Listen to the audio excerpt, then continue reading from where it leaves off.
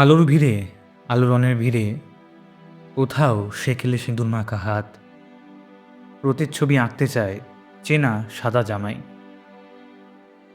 অষ্টমীর আলো ঝলমলে রোদ্দুরে কাশবন মৃদু দুলে ওঠে। যত আঁধারে তলিয়ে যাওয়া অদ্ভুত সব মানুষেরা সারা বছরের ক্লান্তি কাটিয়ে উঠতে আলোর দিকে ছুটে চলে। আসলে কেউ খুশি নেই, কেউ আনন্দে সুখে নেই, সন্তুষ্ট নই আমরা কেউই আদতে। এই কটা দিন বছরে আসে, আনন্দে না থাকলেও অন্যের আনন্দ দেখলে ঠিকই মুখে হাসি ফুটে ওঠে।